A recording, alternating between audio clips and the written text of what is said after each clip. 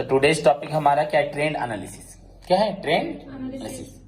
As we know हम लोग पढ़ रहे हैं financial statement analysis, and financial statement analysis means analysis of financial statement and interpretation of financial statement. That means analysis and interpretation of strength and weakness of a firm is known as financial statement analysis, which is done in two ways, on the basis of material facts and second on the basis of modus operandi. And material facts में हमारा जाता है external and internal, जिसमें कोई specific method नहीं है. These are completely based on the information. And second जो आपका है that is your on the basis of modus operandi, जिसके अंदर हम लोग पढ़ते हैं कि horizontal and vertical. हॉरिजॉन्टल में डिफरेंट ईयर्स की इंफॉर्मेशन को लेके हम लोग किसी भी एक साल का बेस ईयर लेके उसको हम एनालाइज करते हैं. And the methods for horizontal analysis आपका कंपैरेटिव स्टेटमेंट एंड आपका ट्रेंड एनालिसिस, जिस कंपैरेटिव स्टेटमेंट को हम लोग प्रीवियस क्लासेस में कंप्लीट कर चुके हैं. Comparative balance sheet and comparative क्या तुम्हारा प्रॉफिट एंड लॉस अकाउंट. तो जितने भी एग्जांपल्स है तुमको उसे देखना है. क्लियर? यू जस्ट नो कि हमें बैलेंस शीट मालूम है, P&L अकाउंट मालूम है. कंपैरेटिव स्टेटमेंट में हमें बस क्या करना है, प्रीवियस ईयर पर्टिकुलर एक आइटम कितना था, इस साल वो आइटम कितना हुआ है, कितना इंक्रीज हुआ है, प्लस परसेंटेज में कितना इंक्रीज हुआ है. That is your comparative statement. ऐसा कुछ भी नहीं है जो कुछ हम लोग को आएगा नहीं. ओके, वेरी सिंपल है. So today's topic another techniques, another tools या मेथड्स ऑफ आपका क्या एक्सटर्नल, आपका क्या बोलते हैं, financial statement analysis. That is your trend. तो व्हाट इज ट्रेंड एनालिसिस? बच्चों ट्रेंड का मतलब मालूम है सबको. ट्रेंड मतलब the tendency of a thing, tendency of certain things to grow और टू डिक्लाइन और to remain constant over a certain period of time. यहां पे नहीं लिखा ट्रेंड का मतलब. ट्रेंड का मतलब होता है, सपोज अगर मैं अपने बारे में देखूं कि पिछले 5 साल से मेरा परफॉर्मेंस बढ़ रहा है कि घट रहा है कि रिमेन कांस्टेंट है, उसको अगर ग्राफिकली में प्रेजेंट करता हूं या टेबुलर रिप्रेजेंट करता हूं, सो आई विल डेफिनेटली फाइंड, मुझे मालूम पड़ेगा पिछले साल की 5 साल में मैं 2015, 16, 17, 18, 19 में मेरा परफॉर्मेंस बढ़ा या घट रहा है या कांस्टेंट रह रहा है. उसको बोलते हैं ट्रेंड. क्या बोलते हैं? मतलब तुम्हारे बिजनेस का डायरेक्शन कहां जा रहा है, अपवर्ड जा रहा है या डाउनवर्ड जा रहा है या रिमेन कांस्टेंट हो रहा है. समझ में? ये मिक्स क्या हो रहा है, मिक्स अपवर्ड डाउनवर्ड हो रहा है. So that is known as trend analysis. समझ में आया?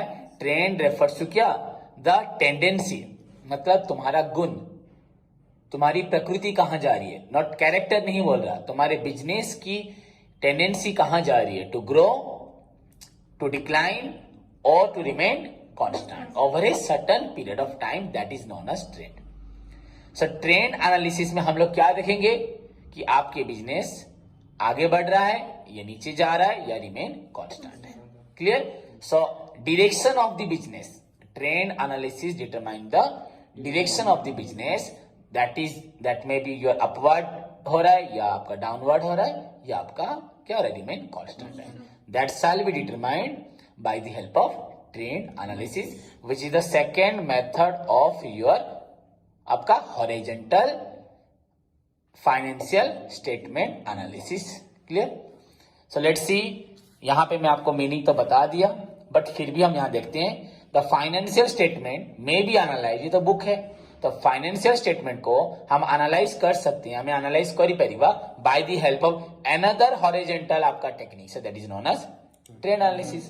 तो फाइनेंशियल स्टेटमेंट में be analysed by computing trends. क्या निकाल के, of a series of information. Series of information मतलब आपका लास्ट ईयर इंफॉर्मेशन, 2-3 साल का इंफॉर्मेशन होगी नहीं. सो आप 5 साल का इंफॉर्मेशन ले सकते हो.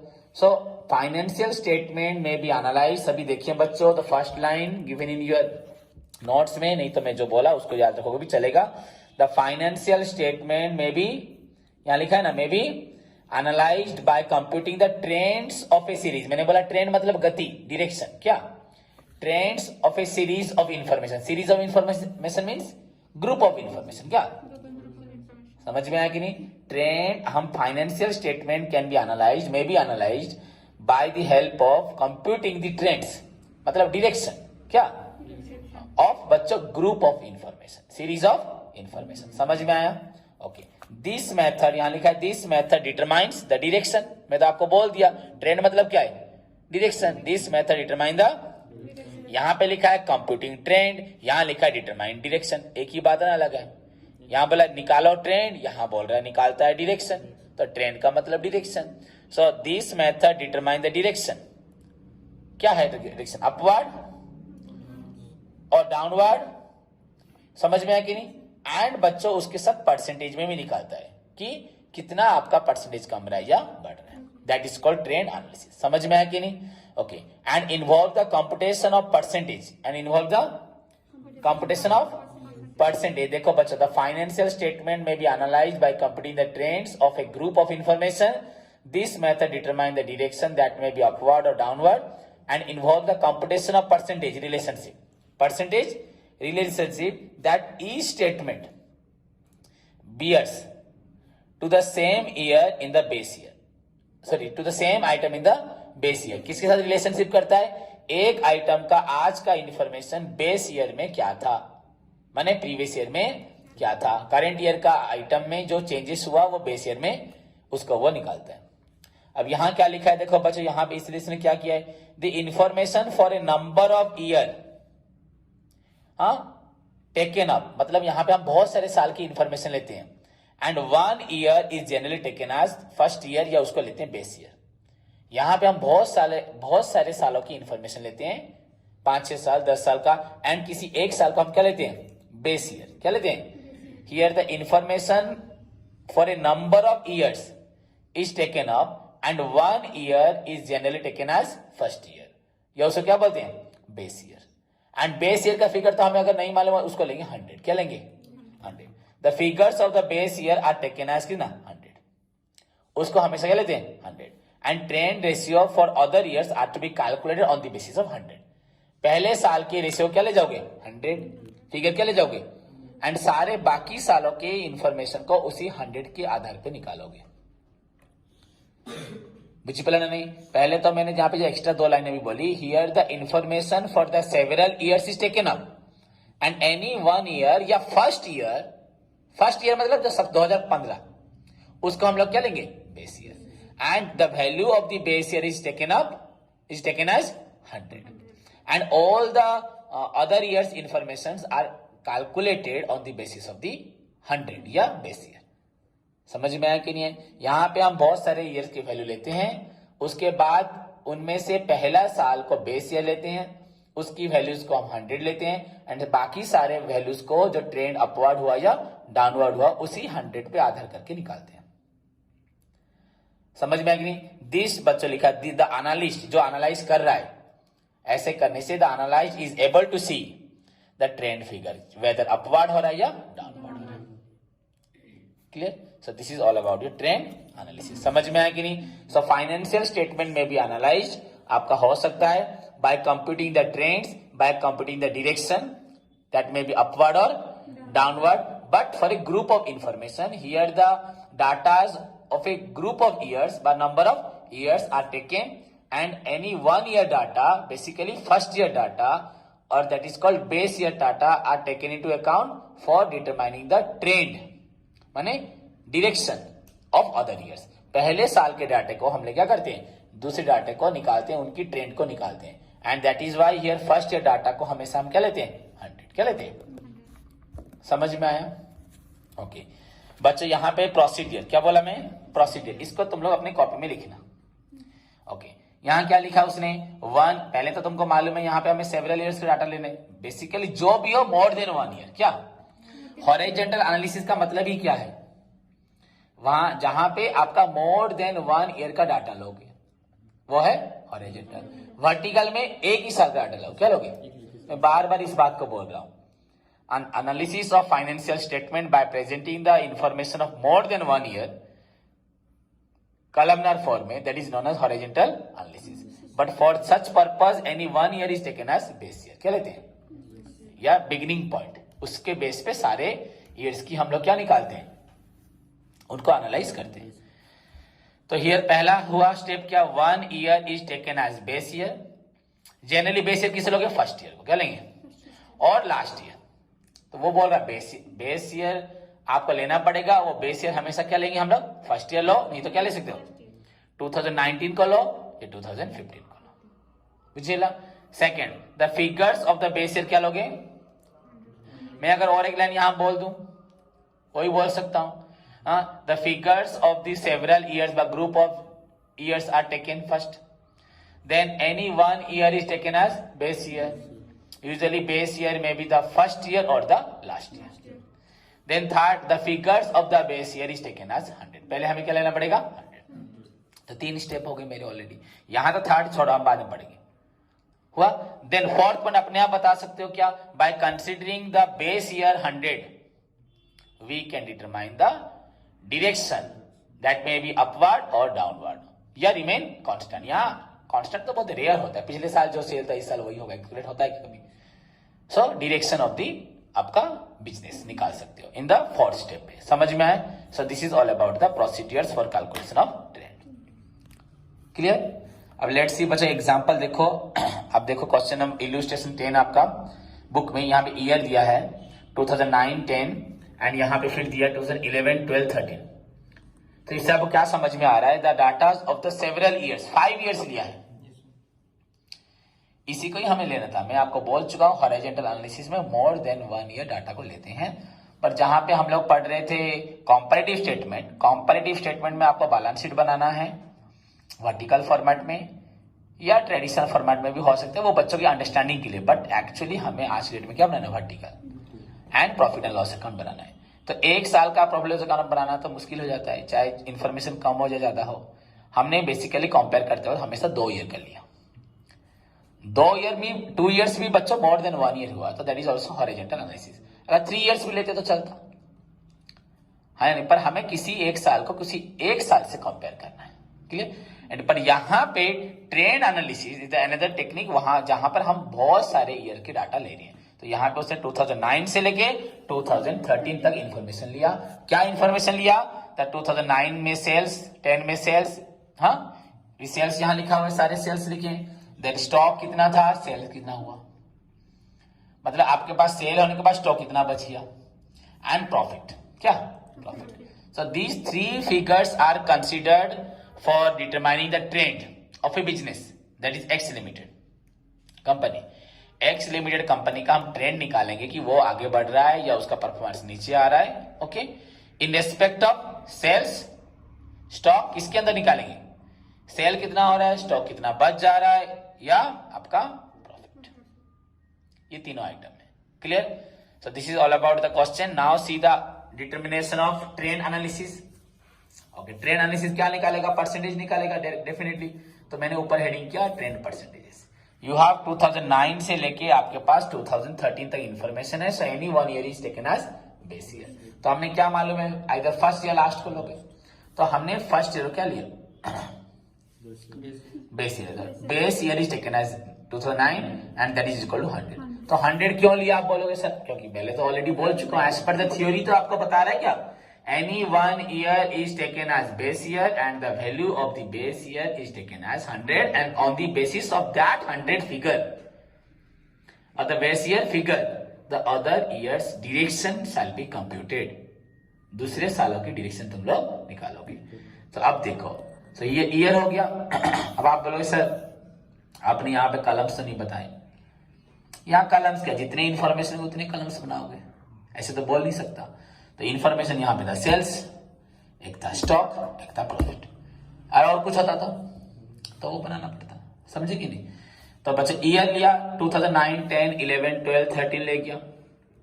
देन सेल्स, क्वेश्चन में देखो बच्चों सेल्स क्या लिखा है, 1881, 2340, हाँ 2655, 3021 एंड 3768।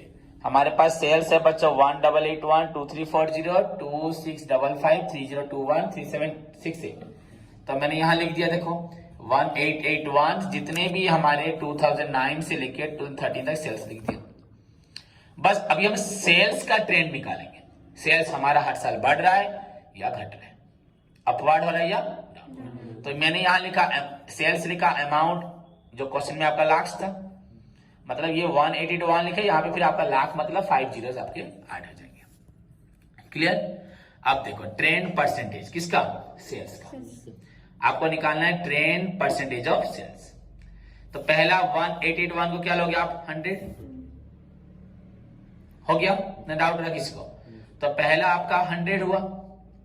तो दैट मीन्स बच्चों आपने क्या लिया, यहां पे आप लोगों ने लिया, आप लोग में यहां पे देखो बच्चों ध्यान से, 1881 इज इक्वल टू 100।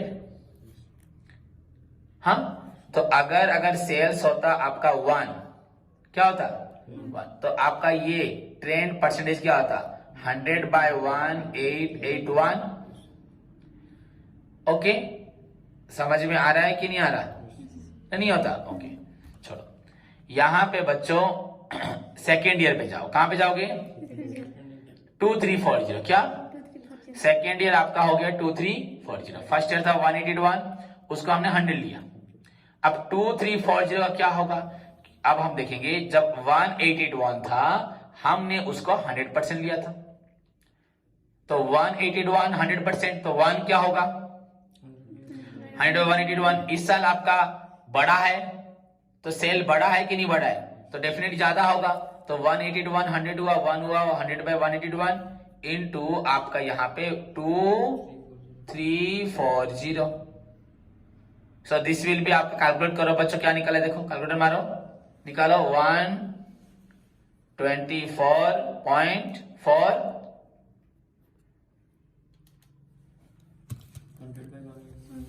23400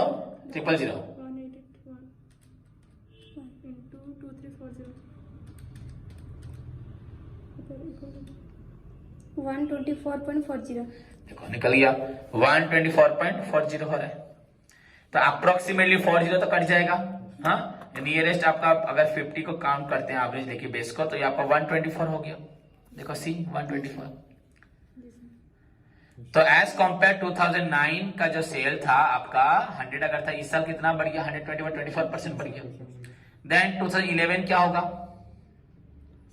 कैसे करोगे, इसके कंपेयर नहीं करना, हमें हमेशा किससे कंपेयर करना, 9 से। 1881 में 100 था, 1 पे 100/181 इनटू आपका करना है 2655।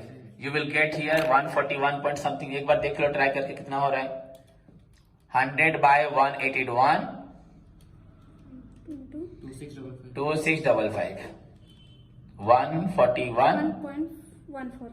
क्या 141.14। तो बच्चों ये आपका निकल रहा है 141.14 इज इक्वल टू क्या हो गया 151 हुआ। तो इन द सेम मैनर में आपको क्या करना है, दूसरे ईयर्स के भी ट्रेंड निकालना है। That means any 1 year is taken as base year. Any 1 मतलब कौन सा, आप बोलो बीच का लेंगे तो क्या फायदा होगा, आइदर फर्स्ट या लास्ट लो। लास्ट लोगे भी कोई प्रॉब्लम नहीं है, लास्ट लोगे तो ये सब कम निकलेगा, कोई बात नहीं है, ये सब तो कम होना चाहिए, ये तो ज्यादा होगा ना, यही ज्यादा होगा, ये सब क्या होगा। अगर इसको 100 लोगे तो ये निकलेगा सपोज 95, ये 90, ये 88, ये 85, ऐसे निकले, मतलब कम होगा। मतलब 2009 में सेल था 85%, आपका 10 में हो गया 90%, 11 में हो गया 95%, 96%, 12 में हो गया आपका 97% एंड 13 में हो गया 100%। हाँ या नहीं, अगर आप इसको लोगे 100 तो डेफिनेटली ये ज्यादा है ना, तो काम का क्या होगा, परसेंटेज क्या हो जाएगा। मैं 96 बोलता 96 होगा, कुछ भी हो सकता है, बट प्रीवियस ईयर कंपैरिजन में यहाँ पे क्या हो रहा है, परसेंटेज बढ़ रहा है, डायरेक्शन बढ़ रही है। मे भी यहाँ पे 2658 ना होगा, यहाँ 465 हो सकता है। तो इस साल क्या हो जाएगा, एक साल दिखा देगा बहुत ज्यादा। Clear, so this is the way of your determining your trend percentage. तो जैसे उसने सेल्स को निकाला, सिमिलरली बच्चों इन क्वेश्चन में हमारे पास स्टॉक है फॉर 2009 से लेके 2013 तक। तो स्टॉक था 709 781, सो दिस इज योर 709 781 816 944 1154 हो गया 5 ईयर्स आइटम। अब नाउ 709 क्या लेंगे हम लोग, आप कैसे भी कर सकते हो, कोई आंसर गलत होगा नहीं। तो 100 लिया, तो जब आपका 709 था स्टॉक, आपने उसको 100% लिया। तो यहां पे देख सकते हैं हम लोग करके, किसी की भी जगह पे 709 पे आपने क्या लिया 100, तो दिस इज योर 100। 1 पे क्या होगा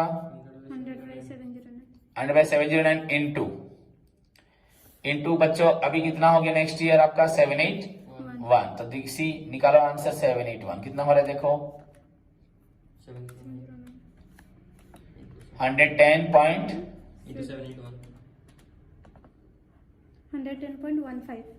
110.15 बना 110 लोगे तो यहाँ से 110 लिया देखो हो कि नहीं। Yes, sir. वैसे ही क्या करोगे सेम सीक्वेंस में तुम लोग क्या करोगे 2011, 2012, 2013 का भी डायरेक्शन निकालोगे। That is called trend analysis, माने determination of direction of the your several year item का डायरेक्शन कहां जा रहा है, अपवर्ड हो रहा है या डाउनवर्ड हो रहा है, थ्रू ट्रेंड परसेंटेज ही बोल सकते। क्या ट्रेंड परसेंटेज तो निकाला है ना, नहीं निकाला, while taking any one year as base year and that base year must be the first year और लास्ट ईयर। किसी भी एक साल क्या लोगे बेस ईयर लोगे और वो जरूर क्या होना चाहिए फर्स्ट ईयर या लास्ट ईयर। देन फाइनली यहाँ पे आपको क्वेश्चन में क्या है प्रॉफिट 321 से लेके 435, तो यहाँ पे आपका 321 से लेके 435, यहाँ पे फिर आपका 458, 527, 672, 458, 527, 672 हो गया। देन किसी भी एक को लो क्या 100, तो आपने किसको 100 लिया फर्स्ट को, 1 3 2 1 पे 100 हुआ, तो 1 पे क्या होगा 100/321 इंटू उसके बाद 435, 135.51. 130 ये निकल रहा है आपका 135.5, तो 5 से ज्यादा हो रहा है तो इसने क्या 136 हो गया। कोई प्रॉब्लम नहीं है सर, आप बोलोगे बच्चों सर यहाँ पे सब जगह चेंज होना है, हर बार हमें इसी से काउंट करना है, इसका और नेक्स्ट टाइम काम नहीं है। You compute the third year on the base of again first year, माने 321 एंड 100 हो गया। सो this is called your trend analysis. Now बच्चे इंटरप्रिटेशन, क्या आपको क्या मालूम पड़ा, अब तीनों चीजों को अगर देखोगे तो मुझे जितना मालूम पड़ा तीनों फिगर में या 100 से लेके आपका 124, 141, 161, 200। So trend of the direction of the movement of the sales have been increasing from 2009 से, तो इंक्रीज हो रहा है ना कम रहा है। Okay. अगर आप क्वेश्चन करें बात करें स्टॉक की, तो स्टॉक ऑल्सो 100, 110, 115 पूरा देख लो सभी बढ़ रहा है, पर अच्छा ही बढ़ा है। यहाँ पे 133 से डायरेक्ट 162 हो गई, यहाँ पे भी आपका सेल्स 161 से डायरेक्ट 200 बढ़ा है। एंड प्रॉफिट ऑल्सो अगर आप देखते हैं तो 100 से लेके 136, 100 फर्स्ट ईयर बहुत ज्यादा बढ़ा है, देन कम बढ़ा था लास्ट 209 हो गया। So you need to provide the interpretation, you know the financial statement analysis means analysis and interpretation, सिर्फ एनालिसिस देना नहीं पड़ेगा, हर जगह हमें क्या देना इंटरप्रिटेशन। तो व्हाट इज द इंटरप्रिटेशन, उसने क्या दिया है, the cells have continuously increased, है ना, नहीं हैव बीन कंटिन्यूअसली इंक्रीजिंग। ये सिर्फ 2013 बहुत पुराना है, इसलिए उसने हार्ड ऑलरेडी हार्ड होना चाहिए ना, हो रहा था हार्ड कंटिन्यूअसली इंक्रीज हो रहा था ना, नहीं in all the years up to आपका 2013। हाँ द परसेंटेज ऑफ 13 कितना आपका हुआ 100, वेराज शुरू में किया था, मतलब 5 साल में उसका सेल 2 गुना हो गया। उसने जब बिजनेस स्टार्ट किया था उसको जितना सेल हो रहा था 5 साल में उसका सेल क्या हो गया 2 गुना हो गया। ये स्टार्ट भी हो सकता है, इससे पहले ही बिजनेस हो सकता है, मैंने 2009 में जो सेल होता था तो उससे 2 गुना हो गया। Then the figures of the stock have also increased, अब यहां तो लिखने को यहां आल्सो लिखोगे फ्रॉम 2009 से 2013। इट वाज कितना था 100 in the year 2009 and it is 162, clear in the 2000 समझ में आएगी ओके। ज्यादा इंक्रीज कहां हुआ है आपका, देख ले आपने कहां देखा, यहाँ पे 13 और 12 के अंदर बहुत ज्यादा इंक्रीज हुआ है, मालूम पड़ रहा है कि नहीं मालूम पड़ रहा है। यहाँ उसने क्या लिखा देखो, the increase in stock is more in 2012 and 13, ज्यादा कहां हुआ है, हाँ यहाँ 15 से 33 हुआ, 33 से तो ज्यादा यहाँ पे हुआ है, मैंने एक एक्स्ट्रा लाइन लिख दिया उसने। देन प्रॉफिट ऑल्सो आपका सब्सटेंशियली लिखेगा, मैंने धीरे धीरे बढ़ रहा है, तो 100, 136, 143, 164 वो एक लैंग्वेज लिखना और कुछ नहीं है। बट इन 5 ईयर आपका प्रॉफिट मोर देन डबल हो गया, क्या हो गया 100 था यहाँ क्या हो गया, तो एक कुछ भी तुम्हारे तुम जितना सोच सकते हो उसके ऊपर तुम लोग क्या लिखोगे, कंक्लूजन दोगे ना, नहीं okay. The comparative increase in profit is much higher in, सबसे ज्यादा कहां हुआ 2012-13, 12-13 में ज्यादा इंक्रीज हुआ है एज कम्पेयर टू आपका 11। और भी कोई लिख सकता है आपका 10 में भी ज्यादा हुआ था एज कम्पेयर टू 9। बट अभी हम यहां पहुंच चुके हैं, वी हैव ऑलरेडी एट कहां पे 2013 में, तो बेसिकली हमें 13 के नियरेस्ट इंफॉर्मेशन लिखना है। 9-10 तो बहुत ओल्ड हो चुका है हमारे लिए, तो कंक्लूजन में हमें बेसिकली जो प्रेजेंट करना है यहाँ 12-13 तक लिखना है। Clear? So this is called trend analysis.